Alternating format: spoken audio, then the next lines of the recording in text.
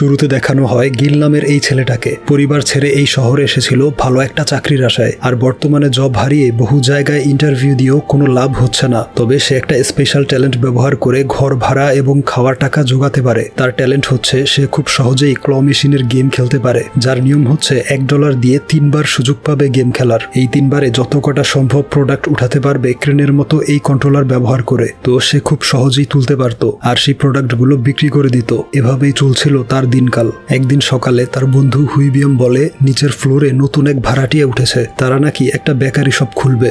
এরপর দুধ শেষ হয়ে যাওয়ায় গিল বের হয়ে যায় কেনার জন্য। রাস্তায় কাচের ভাঙা বোতল দেখে ময়লার ঝুড়িতে ফেলে রাখে। তখন লক্ষ্য করে এখানে একটা নতুন বেকারি শপ খুলেছে, আর এটাই হচ্ছে তার নতুন প্রতিবেশীর দোকান। এরপর রাতের বেলা বেলকনিতে এসে তার ময়লা কম্বলটা ঝাড়ে। তার মধ্য থেকে কিছু একটা নিচে পড়ে যায়, সেটা ছিল তার নেক পিলো। সেটা কুড়িয়ে নিয়ে যখন ফিরে আসছিল তখন একটা মেয়েকে দেখতে পায়, যে বেঞ্চে বসে কোল্ড